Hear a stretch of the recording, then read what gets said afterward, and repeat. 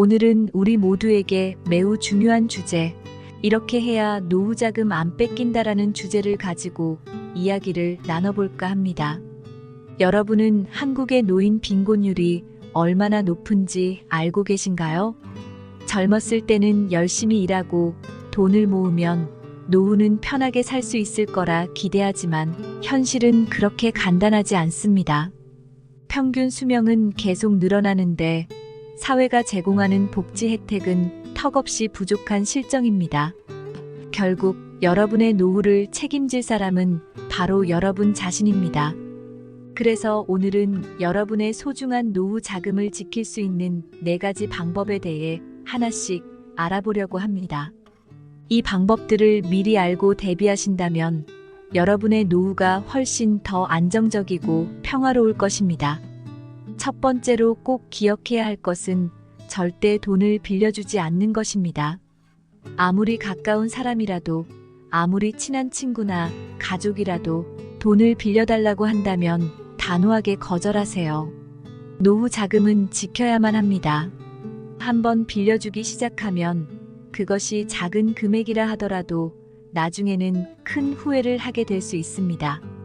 여러분도 주변에서 보이스피싱이나 투자 사기에 당한 사례를 많이 들어보셨을 겁니다. 특히 노후에 돈을 불리기 위해 무리한 투자를 하거나 남의 부탁을 들어주는 것은 매우 위험합니다. 안정적이고 고수익을 보장한다는 말은 대부분 사기의 전조일 가능성이 큽니다. 그리고 돈을 빌려주는 순간 그 사람과의 관계가 어긋날 확률이 매우 높습니다. 돈을 빌려주면 3가지를 잃게 됩니다. 돈, 사람, 그리고 내 인생. 돈 문제는 사람 사이의 신뢰를 깨트리기 가장 쉬운 방법입니다. 가까운 사람일수록 돈 문제에서만큼은 단호한 태도를 유지하는 것이 중요합니다. 실제로 돈을 빌려줬다가 겪는 고통을 다루는 여러 사례가 있습니다. 처음에는 잘 아는 친구나 가족이니까 믿고 빌려줬지만 시간이 지나도 돈을 갚지 않고 오히려 관계가 악화된 경우가 많죠. 돈을 빌리는 사람은 처음에는 간절하게 부탁하지만 일단 돈이 손에 들어가면 돌변하기도 합니다. 조금만 더 기다려달라, 상황이 좀 더 좋아지면 갚겠다라는 말만 반복하며 연락이 뜸해지기 시작합니다. 그러다 보면 돈을 빌려준 사람이 오히려 더 자주 연락하게 되고 갚을 관계가 완전히 뒤바뀌게 됩니다. 심지어는 돈을 빌려준 사람이 부담스럽게 느껴져 화를 내는 경우도 생깁니다. 이런 상황을 피하려면 처음부터 단호하게 거절하는 것이 최선입니다. 두 번째 방법은 돈을 안 쓰는 사람을 멀리하라는 것입니다. 주위에 보면 항상 돈이 없다고 말하는 사람이 있습니다. 밥은 얻어먹지만 커피 한 잔 사지 않는 사람이죠. 이런 사람들과 가깝게 지내다 보면 결국 내가 손해를 보게 됩니다. 이런 사람들은 자신만 생각하는 이기적인 성향을 가지고 있는 경우가 많습니다. 진짜 돈이 없어서 그런 것이 아니라 남에게 돈을 쓰는 것을 싫어하기 때문에 돈이 없다고 말하는 것입니다. 이런 사람들은 친구나 가족을 이용해 자신의 이익을 챙기려는 경향이 강합니다. 내가 당연히 얻어먹어도 된다는 생각을 가지고 있는 경우도 많습니다.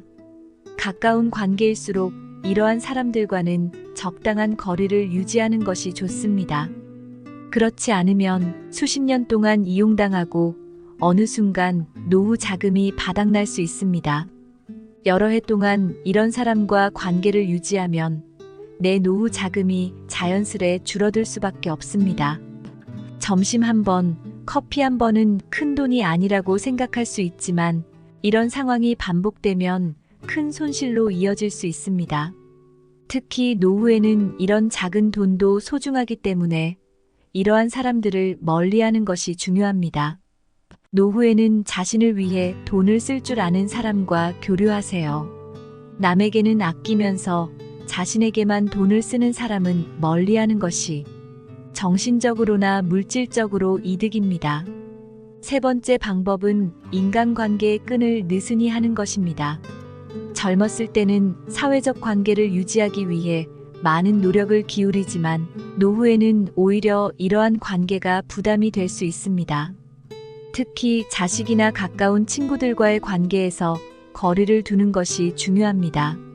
자식이 결혼할 때 결혼 자금으로 노후 자금을 사용하는 경우가 많지만 이 역시 신중해야 합니다. 자식이 결혼하고 독립한 후에는 내 노후를 위해 자금을 따로 관리하는 것이 필요합니다. 실제로 노후에 자식이나 친구에게 너무 깊이 얽히게 되면 정신적으로나 경제적으로 큰 부담을 안게 됩니다. 자식의 경제적 문제를 해결해 주기 위해 자신의 노후 자금을 사용하는 것은 한 번이면 충분합니다. 또한 친구와의 관계도 필요 이상으로 끈끈하게 유지하려는 노력보다는 적당한 거리를 두고 각자의 삶을 살아가는 것이 좋습니다. 노후에는 가족이라도 일정한 거리를 유지하는 것이 필요합니다. 오히려 이렇게 적당한 거리를 유지하는 것이 서로의 관계를 더 건강하고 오래 지속되게 합니다. 자주 만나서 싸우는 것보다는 가끔씩 만나 서로의 안부를 묻고 좋은 시간을 보내는 것이 훨씬 더 긍정적인 관계를 유지할 수 있는 방법입니다. 마지막으로 건강 관리에 목숨을 걸어야 합니다. 아무리 돈을 아끼고 인간관계를 잘 관리해도 건강을 잃으면 모든 것이 무의미해집니다.